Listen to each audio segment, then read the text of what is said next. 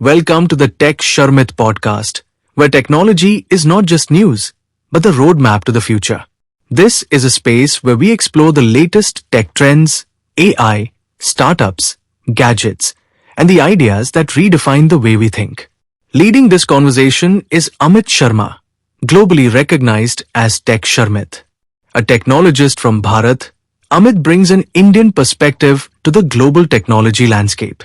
With deep technical expertise and strong industry insight, and for his contributions and impact within the global tech community, he has been recognized with several prestigious honors, including Google Developer Expert, Microsoft MVP, IBM Champion, and Planet Mainframe Influencer.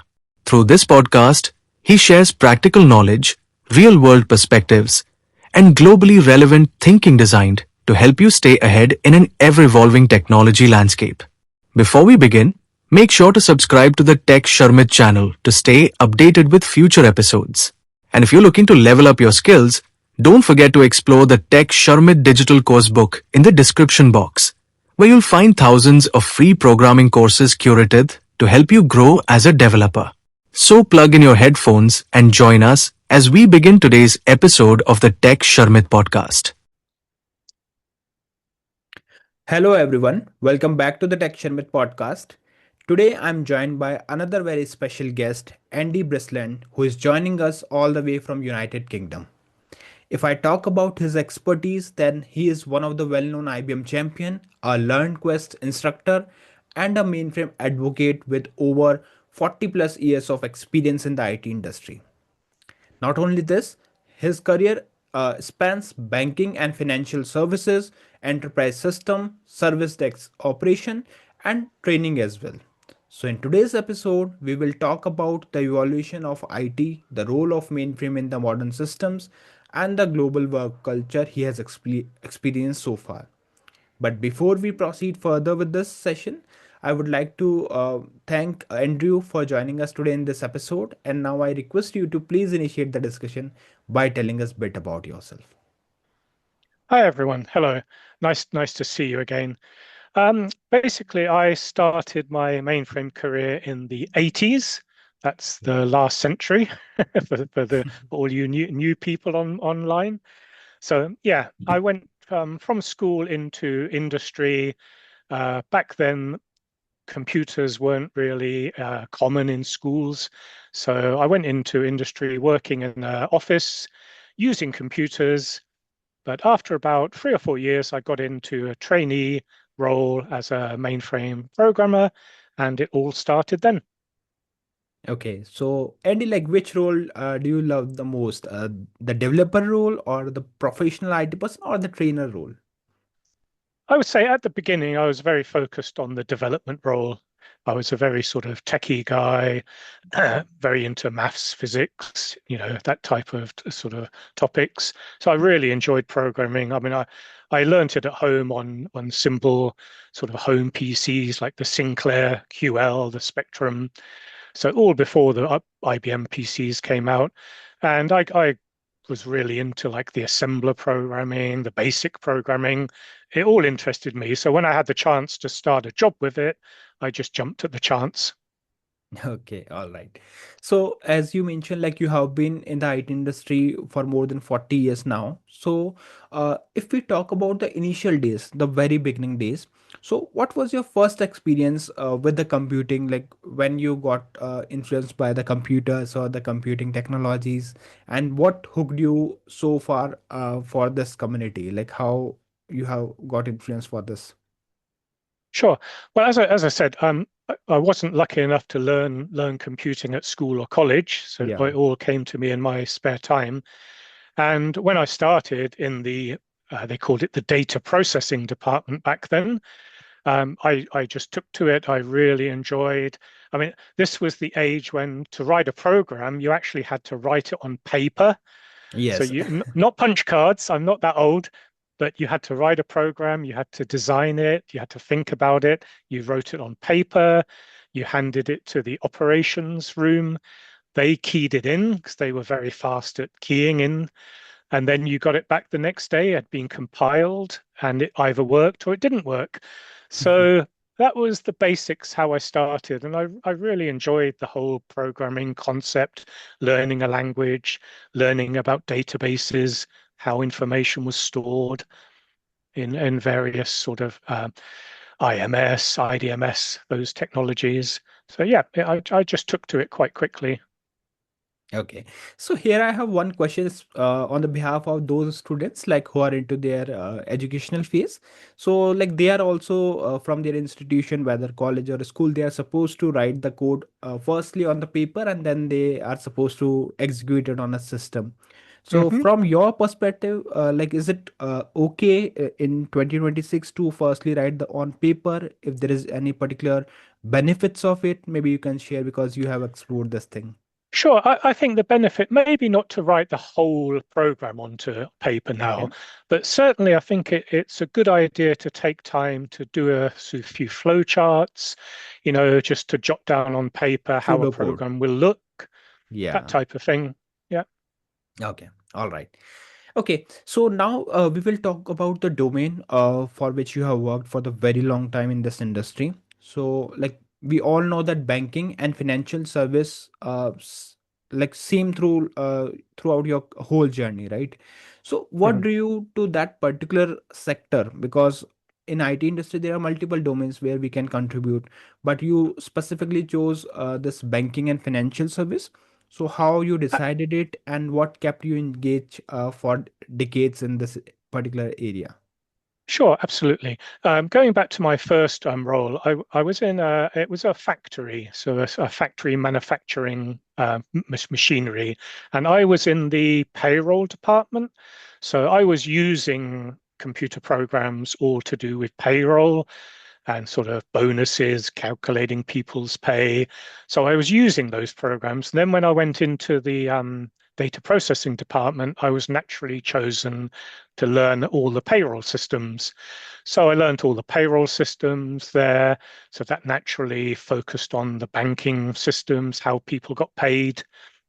I mean, back then it was still people got paid with money in an envelope. That still happens some places in the world. So Yeah. yeah, I was naturally attracted to the payroll, the personnel, those type of systems. And then I got the chance about 3, 4 years into my career to go contracting. And that was the start of it, basically. I went to a large financial company in Edinburgh, which is up in Scotland, for those who don't know it. And Hmm. from there, I worked in the sort of banking finance sector. Okay. So now, Andy, like I'm going to ask you one question again for from the perspective of all those who are from the mainframe industry, because we all know there are so many myths that it's a technology that is dying, or Mhm. there are so Yep, many other sure. rumors. But I think you are the right person to answer on it because you have contributed a lot for this mainframe industry. And we all know that there is a common perception that mainframes are the dying technology. So as a mainframe advocate, how do you respond to that statement? And what do you think, like what do people consistently misunderstood about this technology of industry? Sure. I think one of the main problems is probably comes from the industry itself. And Mm-hmm. when they talk about mainframes and technology, they show pictures of like computers and people from the 60s and 70s, Yeah. standing in front of large machines, typically sort of lots of tapes spinning and that. But things have moved on very fast since then. You just wouldn't recognize it nowadays. Those that Hmm. know the new modern mainframes, Yeah. it's just a fantastic machine. It stands on its own there. It's like probably 1/100th of the size of the early processors. And the other key thing as well is the mainframe is not just like COBOL, the main language.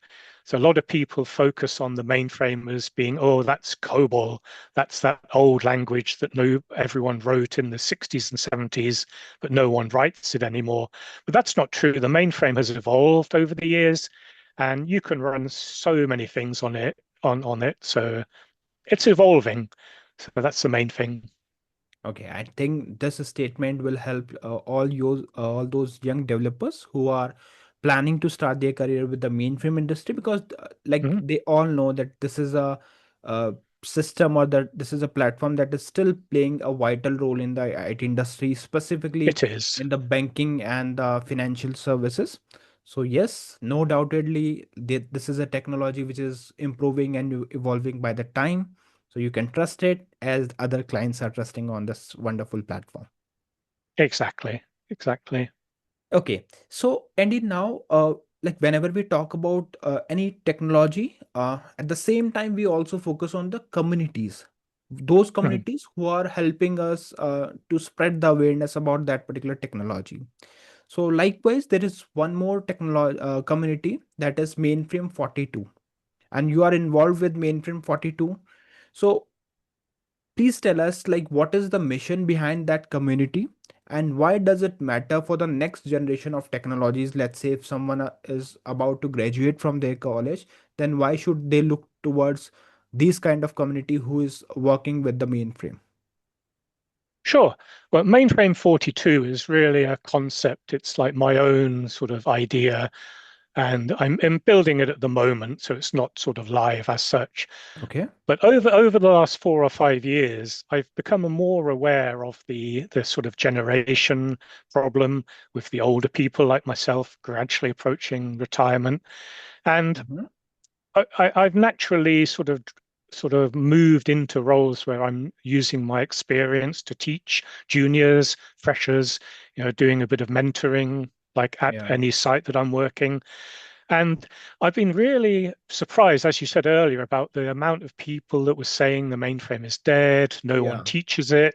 But all you have to do is to take a little bit of time to investigate. And I came across a group in America who are the Emma Group. And I know you had many people who are involved with the Emma Group on your podcasts. Yes. And that just smashes the myth that there's no one teaching. There's a professor in Chicago, Dr. Jeffrey Decker. Yes. He's teaching in the NIU, I think Northern Illinois University, Yes. and they have classes where there are hundreds of people every year coming out with mainframe skills. Correct.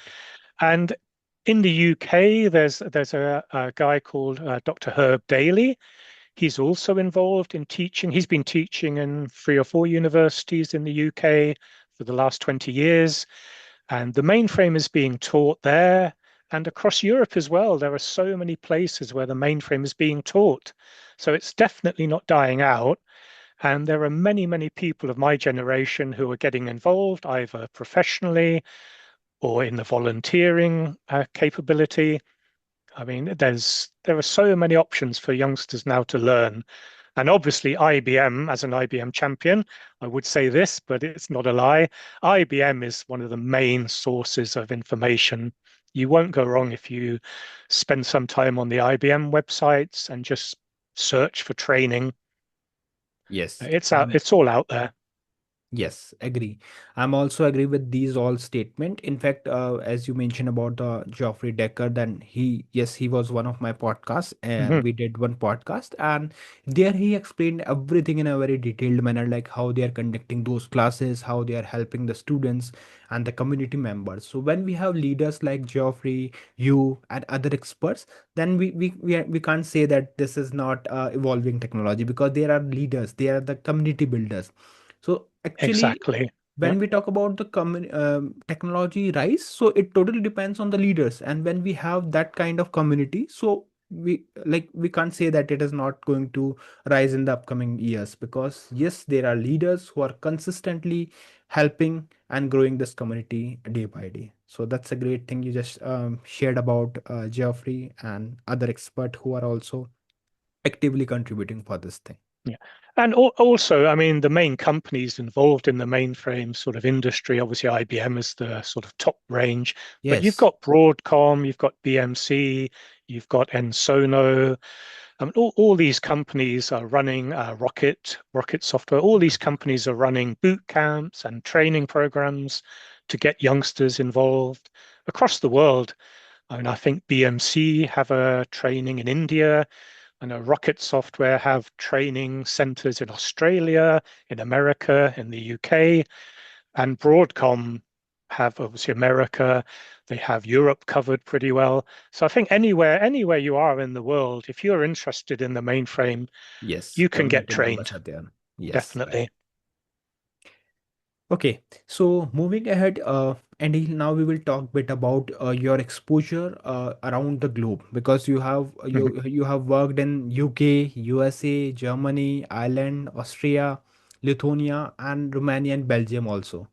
Yep. So many places you have explored. So my question is like, which countries surprise you the most professionally as well as culturally when you work there? Okay, the main one I would say that I've worked in is Germany because I'm dual national. I'm sort of German parentage, so I've got a lot of family in Germany. I speak German fluently. So over my career, I worked in Germany and UK on and off, and with occasional trips to other countries.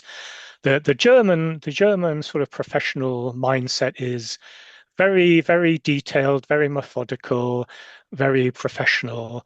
They also start very early. Many factories and offices will start their work at 6 o'clock in the morning. So that's very much a cultural thing. And they like to finish early then also, and so they have some free time in the day. So that's a good difference to the sort of UK and the US sort of work ethics. One country that really surprised me in the last 3 years, and I've been working with a couple of companies there since so about 3 years ago, is Lithuania. Now, Hmm. Lithuania, many people don't know much about it in Europe. It's way up north. It's like on the sort of borders, the northern borders of Europe. It's close to Russia, sort of Sweden, Finland. You have the other two countries, Estonia and Latvia. They are like the three Baltic states. They're all very new. They sort of evolved out of the sort of breakup of the old Soviet Union. Obviously, they were all countries in their own right for thousands of years, and then recently they've now been sort of rejuvenated, and they've really taken charge of a lot of sort of technology futures. Lithuania, especially, is really it's a booming place. I mean, they have companies out there. There's one specifically, NordVPN. Some people might know it. They're a unicorn, which is a company valued over $1 billion. And Hmm. that's from a small country with just a few million population. It's Yes. not America, it's not Germany, it's not India. It's a small country in the northern Europe.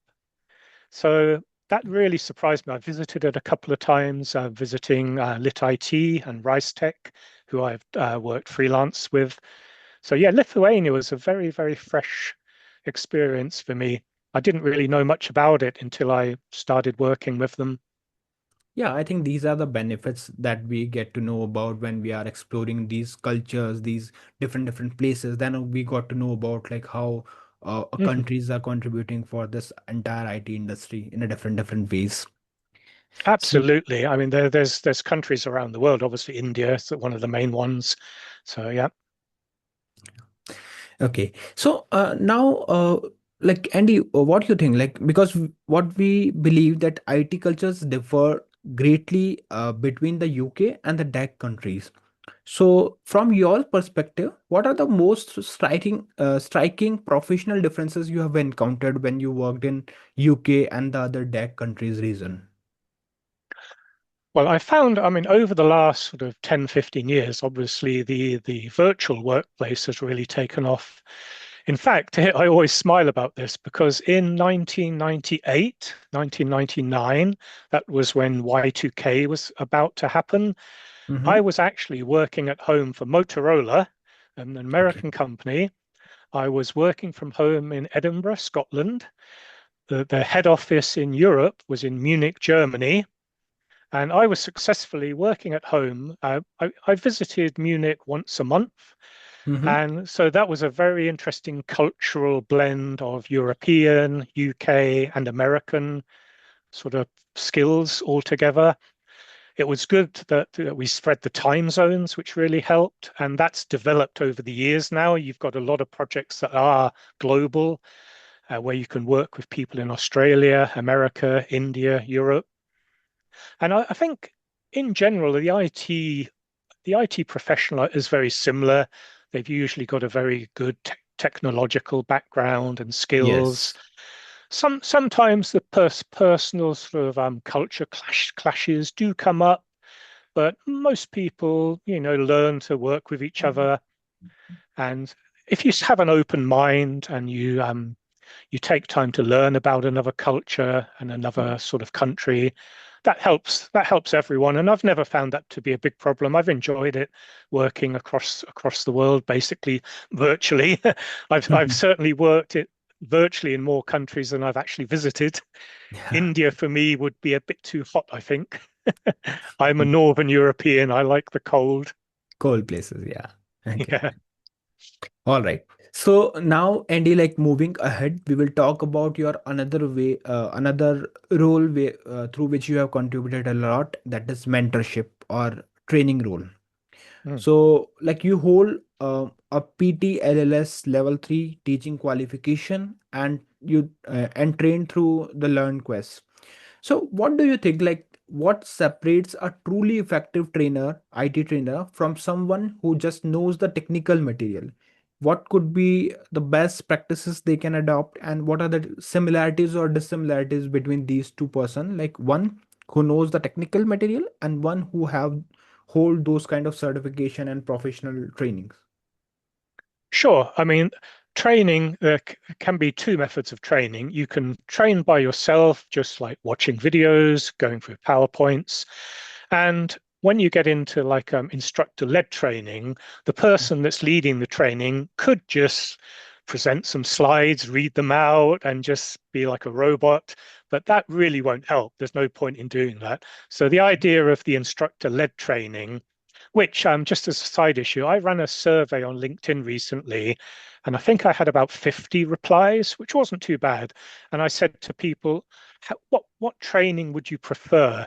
And I was Mhm. quite gladly surprised that over half said they wanted an instructor. They wanted to be trained by a person, either in person, like live, or online, but in a live meeting. Yes. Because with a person, you get the background, you get the experience as you're going through the course material. The student can just stop, ask the instructor, like just to clear up one of the points, and the instructor can say, ah, yes, I see what you mean, and give you an example of like how that technology is used in the real world situation, and put it into perspective. And the ideal is obviously if you have full time, like in Yes. person, like a sort of a college course, and that's really good. But nowadays it's more sort of blended learning is the term a lot of people use. So as you said about mentoring, you can have mentors that will guide you to the correct like online courses, and then you can speak to your mentors, like sort of touch base with them once a week maybe. So there's all different ways of doing it, but having a personal interaction with a trainer, Very a teacher, important. or a mentor is key. I think it's key. Yes, definitely it's a key because when students are interacting directly with their instructor, they have that opportunity to directly ask the question. If there is any particular doubt, they Hmm. can raise the concern. In fact, if they are in an environment where they can collaborate with each other in a live environment, then they can Absolutely. Yeah. also suggest the alternatives. So that is a Hmm. great opportunity for both students as well as for instructor. So just to interrupt there, that's a key thing I'm seeing in the UK. You have these groups of students, they're called IBM student ambassadors. And Yeah. what they do, they're all studying either at home or at college across the UK. And once a week in various like universities, they get together for an hour or two. They like join up. It's like an open session. They meet up in a conference room. They like take the IBM Z Explore course. They look at it together. They talk amongst themselves, and then after work they go off and like do some bowling or something like that. And it's a community, and that's really key. It's a key thing if you can do that rather than just being on your own, sitting behind a sort of a Zoom screen like this. It's key if you can meet up with locals who are Agree. on the same wavelength as yourself. Yeah, I think this is the best way to learn the new things, because there you are all not only learning the technology, you are also learning how to deal with people, because at the Hmm. end you have to work with teams, you have to collaborate with multiple members, whether it's your client or your teammates. You should know about how Absolutely. to communicate it, and involving in these kind of communities gives you that opportunity to live interact and to discuss the things in a better way. So that's the best way It to learn. does. Yep. Okay, so now, Andy, we talked about the mainframe, we talked about your role as a mentor or as an instructor. Now, my question is regarding the environment, IT environment, because while doing some research on your profile, I found a very interesting quote from your end or your motto, because your motto is be excellent to each other. So, my Okay. question is, how does that philosophy actually show up in your day-to-day work in IT? Why I'm asking about ID, because this is a field that not always known for its warmth, right? So from Mhm. your perspective, how do you see it fruitful when we are talking about be excellent to each other? Okay, I can see that. Like when I started, and how a lot of people start in technology, is very much focused, and you're sort of focused on yourself, the technology, and you produce some output, and that's it. But the last 15 years, I've worked more in service management, like help Mm-hmm. desk type roles, and there I've gained a lot of skills in dealing with customers or users, as they're sometimes called, and then they're the people using the computer systems, and they get frustrated at times.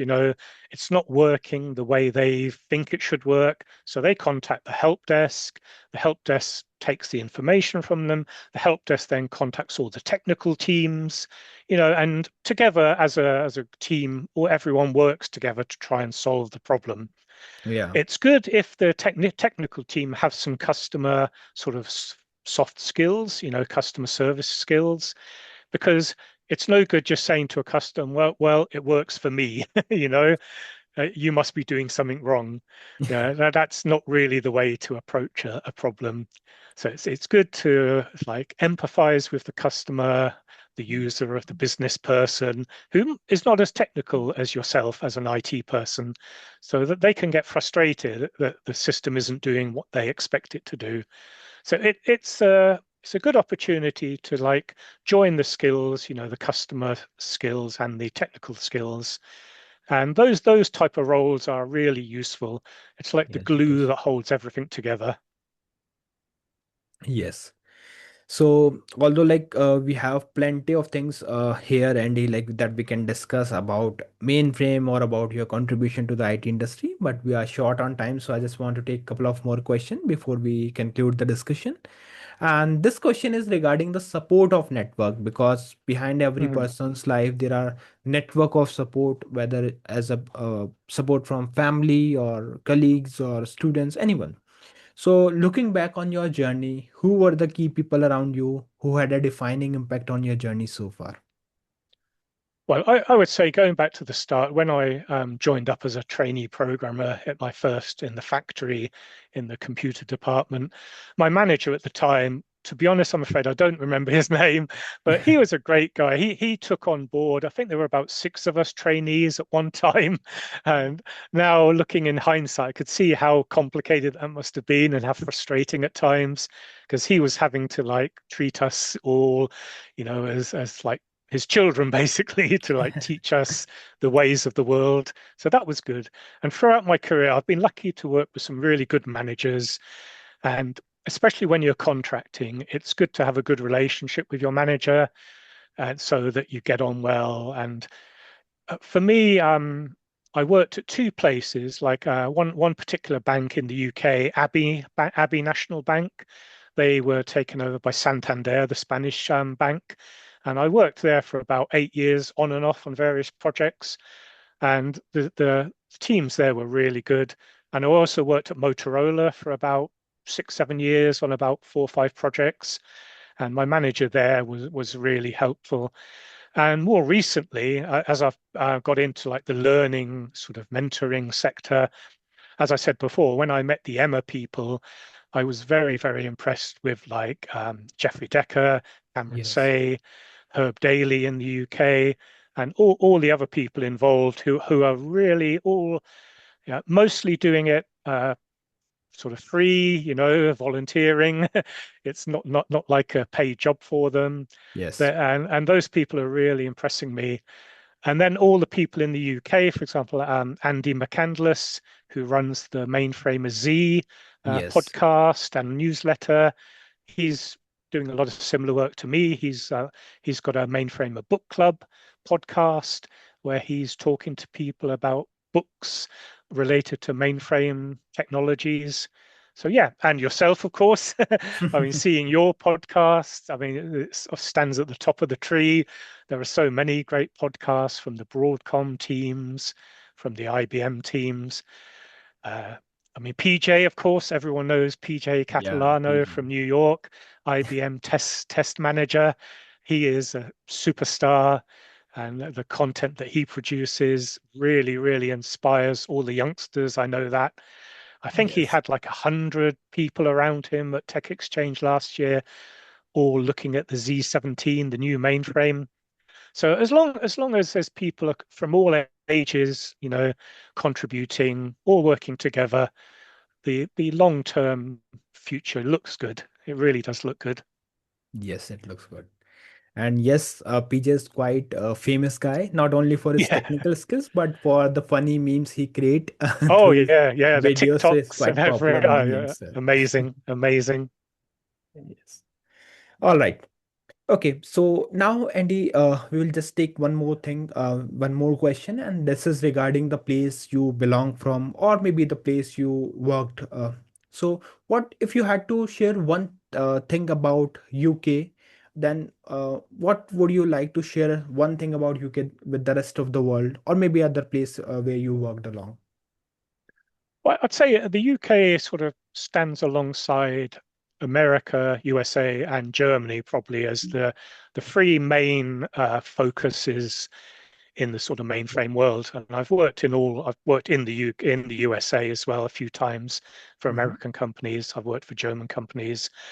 And I think obviously English is a very, very big advantage for the two USA and UK industries. Germany is a very good place to work. Yes. Very, very advanced. IBM are involved in Germany since the early days.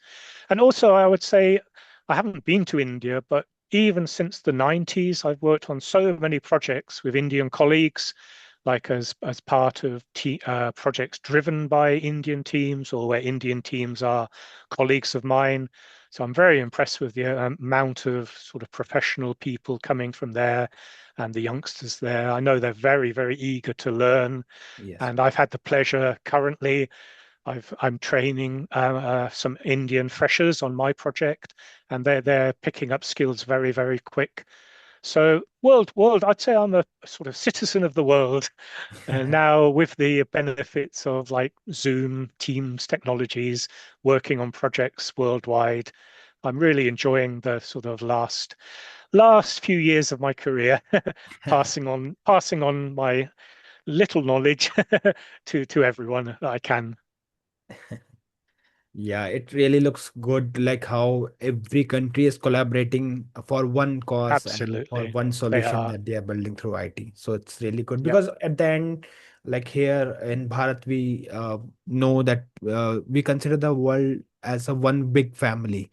So I think this Hmm. is the same philosophy that everyone is following, and everyone is also believing that yes, borders are just to divide the countries, but actually we all are a family. So this is how like Exactly. everyone is collaborating to Technology, write it. that's right. Technology does join everyone together because Yes. it's there's no borders.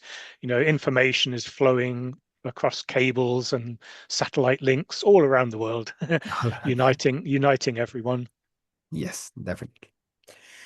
All right. So yeah, thank you so much, Andrew, for joining us today in this episode and for sharing so much information about the mainframe, about your experience with different countries. It was really a pleasure and very informative talk that we just had. So thank you once again for being a part of the show. Yeah, thank you for inviting me, and I look forward to seeing myself online.